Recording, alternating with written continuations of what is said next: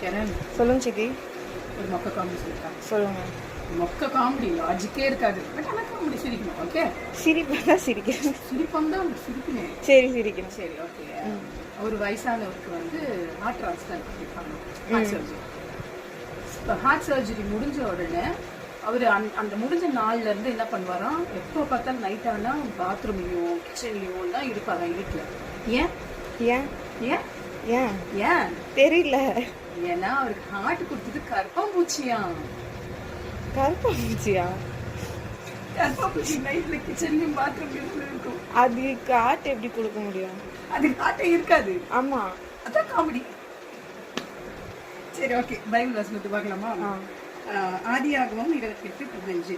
நான் உன்னோடு இருந்து நீ போகிற இடமெல்லாம் உன்னை காத்து நான் உனக்கு சொன்னதை செய்யும் அளவு உன்னை கைவிடுவதில்லை. சரிங்களா?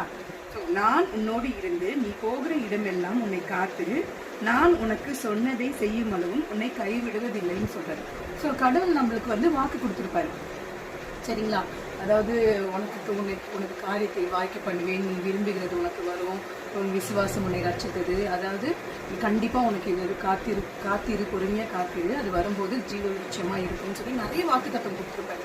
நம்ம என்ன பண்ணுவோம், வாக்கு தத்துவம் கொடுக்குறாரு ஆனால் செய்ய மாட்டாரு. நம்ம இதில் என்ன சொல்லுது, நான் உன்னோடு இருந்து நீ போகும் இடமெல்லாம் என்னோட இருந்து நான் உன்னோடு இருந்து நீ போகிற இடமெல்லாம் உன்னை காத்து நான் உனக்கு சொன்னதை செய்யும் அளவும் உன்னை கைவிடுவதில்லைன்னு சொல்றாரு. அப்போ உன்னை கைவிட மாட்டாரா, அவர் சொன்ன வாக்கை நிறைவேற்று வரைக்கும் உன் கூடவே இருந்து அவர் உன்னை கைவிடவும் மாட்டாருன்னு சொல்லியிருக்காங்க. ஸோ எதை நினைச்சு குறிச்சு கவலைப்படாதீங்க. இந்த வீடியோ பார்க்குறது எல்லாருக்குமே சொல்றேன், கண்டிப்பா கடவுள் வாக்கு கொடுத்தாருன்னா அவர் செய்வார். See you in the next video. Bye.